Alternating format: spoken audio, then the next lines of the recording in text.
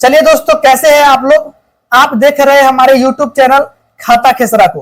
दोस्तों आज हम बताएंगे कि भूमि सर्वे में 3 जो मुख्य फॉर्म है जिसको भरना है, उसमें से एक फॉर्म है जिसका नाम है वंशावली के आधार पर प्रत्येक उत्तराधिकारी का दखल निम्न प्रकार है। यानी कि दोस्तों मार्गदर्शिका 285 को कैसे भरना है, इस फॉर्म के बारे में दोस्तों हम एकदम बारीकी से बताएंगे, जो कि मेरे सामने है। इस फॉर्म को दोस्तों भरना बहुत ही ज्यादा जरूरी है, क्योंकि जब आप वंशावली भरते हैं, उसका जब ग्राम आम सभा में जब सत्यापित होता है, तो उसके बाद दोस्तों इस फॉर्म को भरना पड़ता है कि आपका जो है वंशावली के आधार पर प्रत्येक उत्तराधिकारी का दखल निम्न प्रकार है। इस फॉर्म को दोस्तों कैसे भरना है, इसके बारे में दोस्तों हम बारीकी से बताएंगे। ठीक है दोस्तों, तो चलिए दोस्तों हम आपको शुरू करते हैं। मान के चलिए दोस्तों कोई रैयत है जिनका नाम ए, बी और सी है। ठीक है, इनके पिताजी के मान के चलिए सपोज कीजिए जेड है इनके पिताजी का नाम।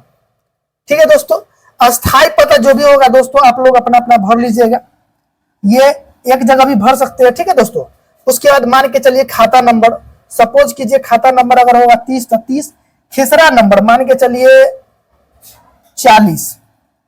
ठीक है दोस्तों, रकबा मान के चलिए 30 डिसमिल। अब उसके बाद जो चौहद्दी होगा आपका, उसको भी आपको भर देना है। उत्तर, दक्षिण, पूर्व,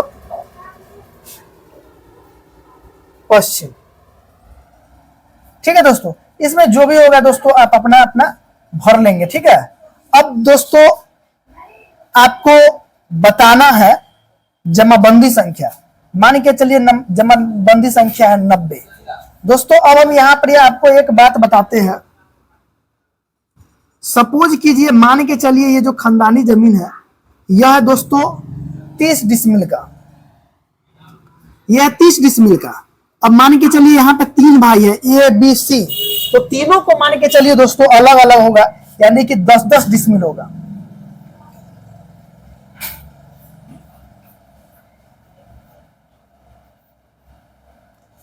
आप लोग एक बात को ध्यान रखिएगा, अगर आप लोग खतियानी जमीन और खानदानी जमीन को अगर आपसी शेड्यूल बंटवारा नहीं करवाते हैं किसी अमीन से, तो आपको क्या है कि ये जो खतियान जो अभी जो सर्वे होगा वो समलात में बन जाएगा, यानी कि सभी को एक साथ में बन जाएगा। अगर आप लोग अगर शेड्यूल बंटवारा कर लेते हैं तो इस फॉर्म को भरना है, लेकिन अलग अलग भरना है, नहीं तो मान के चलिए समलात में आ जाएगा। जैसे कि मान के चलिए कोई रैयत है जो 3 भाई है, तो तीनों का नाम हो गया ए बी सी, और मान के चलिए इनके पिताजी का नाम सपोज कीजिए जेड है, तो तीनों का नाम हो गया जेड।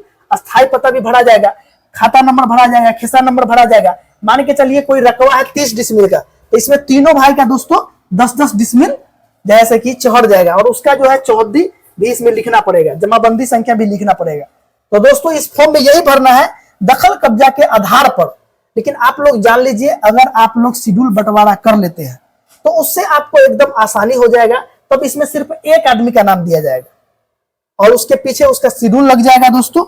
तो इस तरह से दोस्तों आपको भरना है। और मान के चलिए ये जो खेसरा नंबर है ये तीनों में जैसे कि सेम हो जाएगा। मान के चलिए खाता नंबर 30 हो गया, खेसरा नंबर 40 हो गया। 40 में 10 डिसमिल फर्स्ट पार्टी को मिला ए को, फिर 40 नंबर खेसरा में 10 डिसमिल मिला बी पार्टी को, फिर 40 नंबर खेसरा में 10 डिसमिल मिला सी पार्टी को। और इसका जो भी चौहद्दी होगा तीनों आदमी अपना वर्तमान में देखते हुए भर लेंगे। ठीक है दोस्तों, उसका जो जमाबंदी नंबर होगा वो इसको भर लेना है। ठीक है दोस्तों, इसी तरह से इसको भरना है।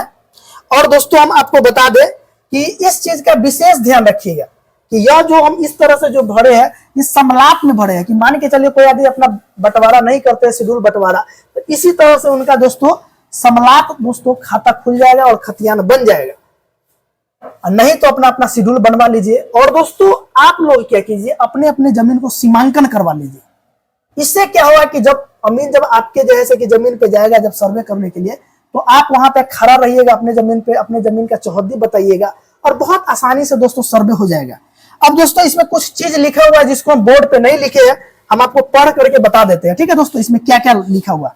तो दोस्तों इस फॉर्म को भरने के बाद यहाँ पे नीचे में दोस्तों लिखा हुआ है, मैं हम लोग का उल्लेखित भूमि पर शांतिपूर्ण दखल कब्जा है तथा भू स्वत विवाद से मुक्त है, अतः प्रपत्र में अंकित वंशावली के आधार पर तथा प्रश्नागत भूमि में उत्तराधिकारी या बंटवारा के आधार पर, देखिए दोस्तों यहाँ पे लिखा हुआ उत्तराधिकारी के आधार पे, यानी कि अगर सब लोग साथ में है तो उत्तराधिकारी के आधार पे हो जाएगा, और दोस्तों बंटवारा के आधार पे तो दोस्तों शेड्यूल लगा दीजिएगा, के आधार पर मेरे हम लोगों के नाम पर सर्वेक्षण प्रक्रिया के तौर तैयार होने वाले अधिकार अभिलेख में खाता खोलकर संबंधित खेसरों का प्रविष्ट करने की कृपा की जाए।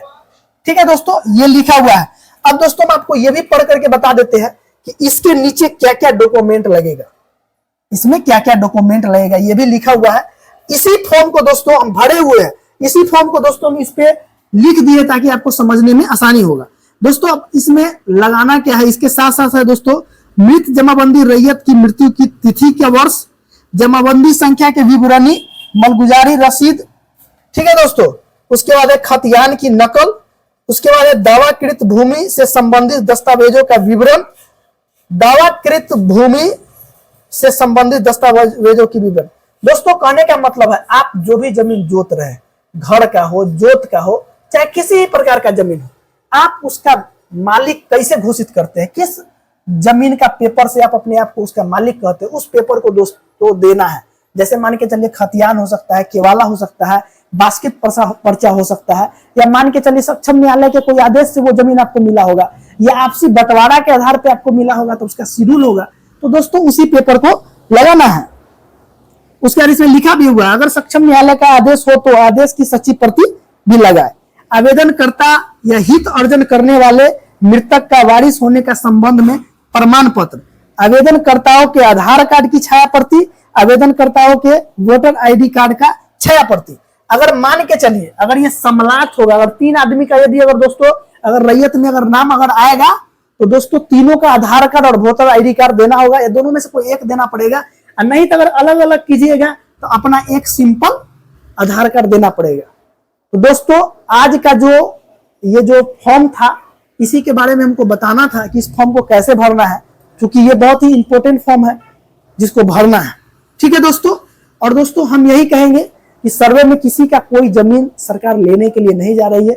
आप लोग बशर्ते खाली एक काम कीजिए, अगर आप लोगों के पास अगर पेपर नहीं है तो अभी से ही ढूंढना शुरू कर दीजिए, और पेपर ढूंढ करके रखिए, क्योंकि पेपर के आधार पे ही सर्वे होगा। किसी का जमीन किसी के ऊपर सर्वे नहीं होगा, जो भी होगा वो पेपर के आधार पे ही सर्वे होगा।